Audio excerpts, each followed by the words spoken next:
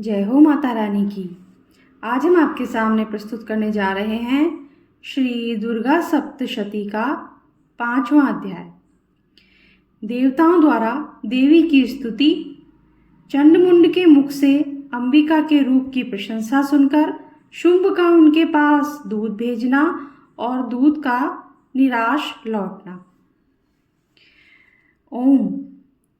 इस उत्तर चरित्र के रुद्र ऋषि हैं, महासरस्वती देवता हैं, अनुष्टुप छंद है, भीमा शक्ति है, भ्रामरी बीज है, सूर्य तत्व है और सामवेद स्वरूप है।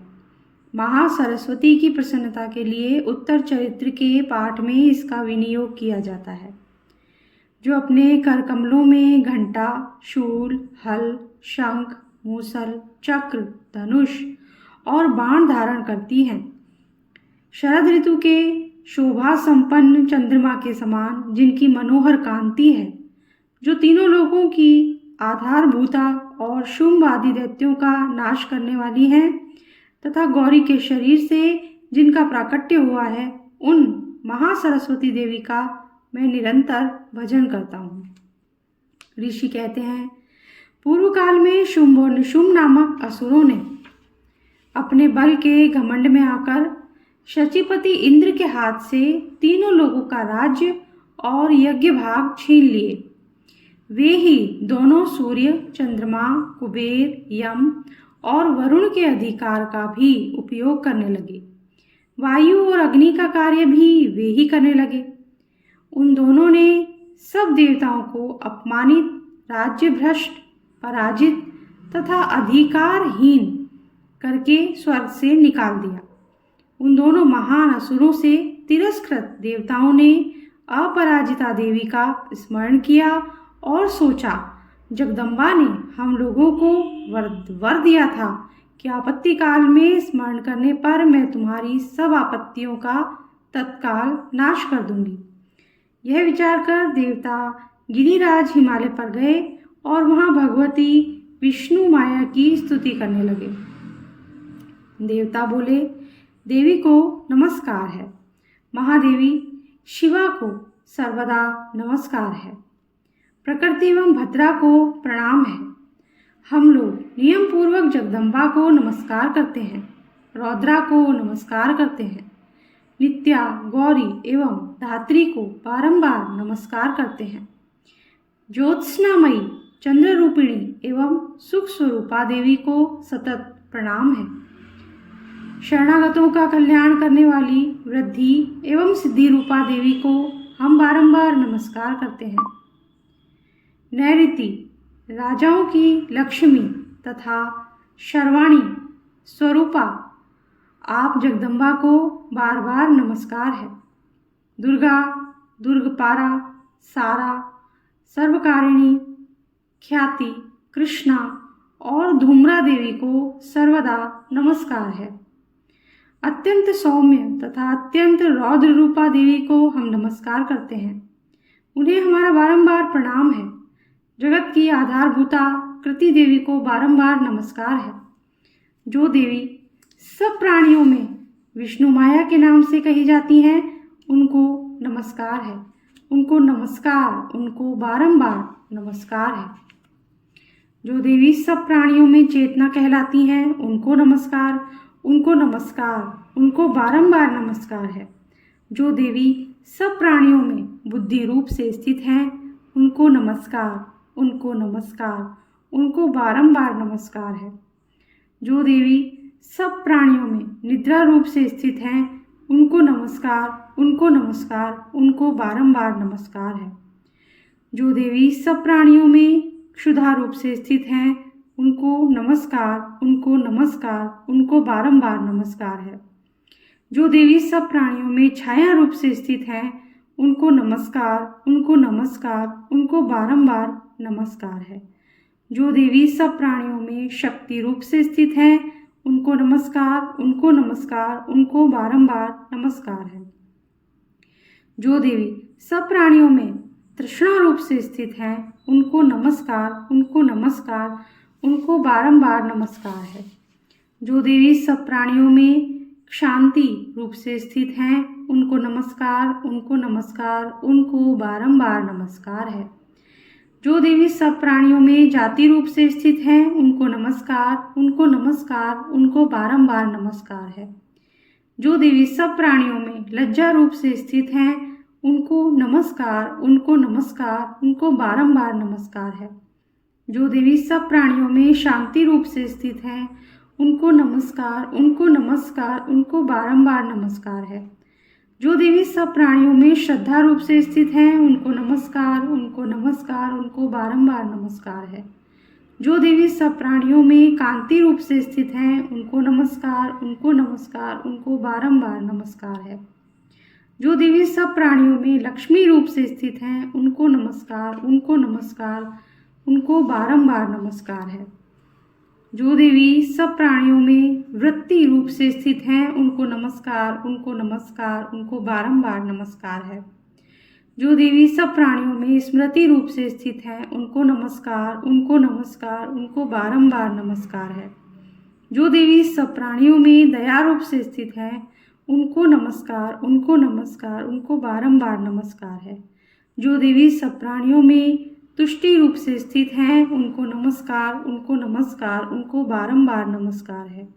जो देवी सब प्राणियों में माता रूप से स्थित हैं, उनको नमस्कार, उनको नमस्कार, उनको बारंबार नमस्कार है। जो देवी सब प्राणियों में भ्रांति रूप से स्थित हैं, उनको नमस्कार, उनको नमस्कार, उनको बारंबार नमस्कार है। जो जीवों के इंद्रिय वर्ग की अधिष्ठात्री देवी एवं सब प्राणियों में सदा व्याप्त रहने वाली हैं, उन व्याप्ति देवी को बारंबार नमस्कार है। जो देवी चैतन्य रूप से इस संपूर्ण जगत को व्याप्त करके स्थित हैं, उनको नमस्कार, उनको नमस्कार, उनको बारंबार नमस्कार है। पूर्व काल में अपने अभीष्ट की प्राप्ति होने से देवताओं ने जिनकी स्तुति की तथा देवराजेंद्र ने बहुत दिनों तक जिनका सेवन किया, वह कल्याण की सावन भूता ईश्वरी हमारा कल्याण और मंगल करें तथा सारी आपत्तियों का नाश कर डालें। उद्दंड दैत्यों से सताए हुए हम सभी देवता जिन परमेश्वरी को इस समय नमस्कार करते हैं तथा जो भक्ति से विनम्र पुरुषों द्वारा स्मरण की जाने पर तत्काल ही संपूर्ण विपत्तियों का नाश कर देती हैं, वे जगदम्बा हमारा संकट दूर करें। ऋषि कहते हैं, राजन, इस प्रकार जब देवता स्तुति कर रहे थे, उस समय पार्वती देवी गंगा जी के जल में स्नान करने के लिए वहां आई। उन सुंदर बोहों वाली भगवती ने देवताओं से पूछा, आप लोग यहाँ किसकी स्तुति करते हैं? तब उन्हीं के शरीर कोश से प्रकट हुई शिवा देवी बोली, शुभ दैत्य से तिरस्कृत और युद्ध में निशुंभ से पराजित हो जहाँ एकत्रित हुए ये समस्त देवता यह मेरी ही स्तुति कर रहे हैं। पार्वती जी के शरीर कोश से अंबिका का प्रादुर्भाव हुआ था, इसलिए वे समस्त लोकों में कौशिकी कही जाती हैं। कौशिकी के प्रकट होने के बाद पार्वती देवी का शरीर काले रंग का हो गया, अतः वे हिमालय पर रहने वाली कालिका देवी के नाम से विख्यात हुई। तदनंतर शुंभ निशुंभ के भृत्य चंड मुंड वहां आए और उन्होंने परम मनोहर रूप धारण करने वाली अंबिका देवी को देखा। फिर वे शुंभ के पास जाकर बोले, महाराज, एक अत्यंत मनोहर स्त्री है जो अपनी दिव्य कांति से हिमालय को प्रकाशित कर रही है। वैसा उत्तम रूप कहीं किसी ने भी नहीं देखा होगा। असुरेश्वर, पता लगाइए वह देवी कौन है और उसे ले लीजिए। स्त्रियों में तो वह रत्न है, उसका प्रत्येक अंग बहुत ही सुंदर है तथा वह अपने श्रीअंगों की प्रभा से संपूर्ण दिशाओं में प्रकाश फैला रही है। दैत्यराज, अभी वह हिमालय पर ही मौजूद है, आप उसे देख सकते हैं। प्रभु, तीनों लोगों में मणि, हाथी और घोड़े आदि जितने भी रत्न हैं, वे सब इस समय आपके घर में शोभा पाते हैं। हाथियों में रत्नभूत ऐरावत, यह पारिजात का वृक्ष और यह उच्चश्रवा घोड़ा, यह सब आपने इंद्र से ले लिया है। हंसों से जुता हुआ यह विमान भी आपके आंगन में शोभा पाता है। यह रत्नभूत अद्भुत विमान जो पहले ब्रह्मा जी के पास था, अब आपके यहाँ लाया गया है। यह महापद्म नामक निधि आप कुबेर से छीन लाए हैं। समुद्र ने भी आपको किंजलकिनी नाम की माला भेंट की है, जो केसरों से सुशोभित है और जिसके कमल कभी कुम्हलाते नहीं हैं। सुवर्ण की वर्षा करने वाला वरुण का छत्र भी आपके घर में शोभा पाता है, तथा यह श्रेष्ठ रथ जो पहले प्रजापति के अधिकार में था, अब आपके पास मौजूद है। दैत्येश्वर मृत्यु की उत्क्रांतिदा नाम वाली शक्ति भी आपने छीन ली है, तथा वरुण का पाश और समुद्र में होने वाले सब प्रकार के रत्न आपके भाई निशुंभ के अधिकार में हैं। अग्नि ने भी स्वतः युद्ध किए हुए 2 वस्त्र आपकी सेवा में अर्पित किए हैं। दैत्यराज, इस प्रकार सभी रत्न आपने एकत्र कर लिए हैं, फिर जो यह स्त्रियों में रत्न रूप कल्याणमयी देवी है, इसे आप क्यों नहीं अपने अधिकार में ले लेते? ऋषि कहते हैं, चंडमुंड का यह वचन सुनकर शुंभ ने महादैत्य सुग्रीव को दूत बनाकर देवी के पास भेजा और कहा, तुम मेरी आज्ञा से उसके सामने ये बातें कहना और ऐसा उपाय करना जिससे प्रसन्न होकर वह शीघ्र ही यहाँ आ जाए। वह दूत पर्वत के अत्यंत रमणीय प्रदेश में, जहाँ देवी मौजूद थी, गया और मधुर वाणी में कोमल वचन बोला। दूत बोला, देवी, दैत्यराज शुंभ इस समय तीनों लोकों के परमेश्वर हैं। मैं उन्हीं का भेजा हुआ दूत हूँ और यहाँ तुम्हारे ही पास आया हूँ। उनकी आज्ञा सदा सब देवता एक स्वर से मानते हैं, कोई उनका उल्लंघन नहीं कर सकता। वे संपूर्ण देवताओं को परास्त कर चुके हैं। उन्होंने तुम्हारे लिए जो संदेश दिया है उसे सुनो। संपूर्ण त्रिलोकी मेरे अधिकार में है। देवता भी मेरी आज्ञा के अधीन चलते हैं। संपूर्ण यज्ञों के भागों को मैं ही पृथक पृथक भोगता हूँ। तीनों लोकों में जितने श्रेष्ठ रत्न हैं, वे सब मेरे अधिकार में हैं। देवराज इंद्र का वाहन ऐरावत, जो हाथियों में रत्न के समान है, मैंने छीन लिया है। क्षीर सागर का मंथन करने से जो अश्वरत्न उच्चैश्रवा प्रकट हुआ था, उसे देवताओं ने मेरे पैरों पर पड़कर समर्पित किया है। सुंदरी, उनके सिवा और भी जितने रत्न भूत पदार्थ देवताओं, गंधर्वों और नागों के पास थे, वे सब मेरे ही पास आ गए हैं। देवी, हम लोग तुम्हें संसार की स्त्रियों में रत्न मानते हैं, अतः तुम हमारे पास आ जाओ, क्योंकि रत्नों का उपभोग करने वाले हम ही हैं। चंचल कटाक्षों वाली सुंदरी, तुम मेरी या मेरे भाई महापराक्रमी निशुंभ की सेवा में आ जाओ, क्योंकि तुम रत्न स्वरूपा हो। मेरा वरण करने से तुम्हें तुलना रहित महान ऐश्वर्य की प्राप्ति होगी। अपनी बुद्धि से यह विचार कर तुम मेरी पत्नी बन जाओ। ऋषि कहते हैं, दूत के यूं कहने पर कल्याणमयी भगवती दुर्गा देवी, जो इस जगत को धारण करती हैं, मन ही मन गंभीर भाव से मुस्कुराई और इस प्रकार बोली। देवी ने कहा, दूत, तुमने सत्य कहा है, इसमें तनिक भी मिथ्या नहीं है। शुंभ तीनों लोकों का स्वामी है और निशुंभ भी उसी के समान पराक्रमी है, किंतु इस विषय में मैंने जो प्रतिज्ञा कर ली है उसे मिथ्या कैसे करूं? मैंने अपनी अल्प बुद्धि के कारण पहले से जो प्रतिज्ञा कर रखी है उसे सुनो। जो मुझे संग्राम में जीत लेगा, जो मेरे अभिमान को चूर्ण कर देगा तथा संसार में जो मेरे समान बलवान होगा, वही मेरा स्वामी होगा। इसलिए शुंभ अथवा महादैत्य निशुंभ स्वयं ही यहाँ पधारे और मुझे जीतकर शीघ्र ही मेरा पाणी ग्रहण कर लें। इसमें विलंब की क्या आवश्यकता है? दूत बोला, देवी, तुम घमंड में भरी हो, मेरे सामने ऐसी बातें ना करो। तीनों लोकों में कौन ऐसा पुरुष है जो शुंभ निशुंभ के सामने खड़ा हो सके?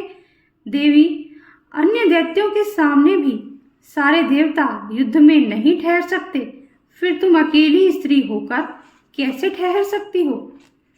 जिन शुंभ आदि दैत्यों के सामने इंद्र आदि सब देवता भी युद्ध में खड़े नहीं हुए, उनके सामने तुम स्त्री होकर कैसे जाओगी? इसलिए तुम मेरे ही कहने से शुंभ निशुंभ के पास चली जाओ। ऐसा करने से तुम्हारे गौरव की रक्षा होगी, अन्यथा जब वे केश पकड़कर घसीटेंगे तब तुम्हें अपनी प्रतिष्ठा खोकर जाना पड़ेगा। देवी ने कहा, तुम्हारा कहना ठीक है, शुंभ बलवान है और निशुंभ भी बड़े पराक्रमी हैं, किंतु क्या करूं? मैंने पहले बिना सोचे समझे प्रतिज्ञा कर ली है, अतः अब तुम जाओ, मैंने तुमसे जो कुछ कहा है वह सब दैत्यराज से आदरपूर्वक कहना, फिर वे जो उचित जान पड़े करें। इस प्रकार श्री मार्कंडेय पुराण में सार्वणिक मनवंतर की कथा के अंतर्गत देवी महात्म्य में देवी दूत संवाद नामक 5वां अध्याय पूरा हुआ। अगर आपको अच्छा लगा हो तो जल्दी से लाइक कर दीजिए और चैनल को सब्सक्राइब नहीं किया है तो सब्सक्राइब कर दीजिए, बेल आइकन प्रेस कर दीजिए ताकि हमारे आगे आने वाली वीडियोस, हमारे आगे आने वाले अध्याय आपको मिल सके नोटिफिकेशन के द्वारा। Thank you. जय हो माता रानी की।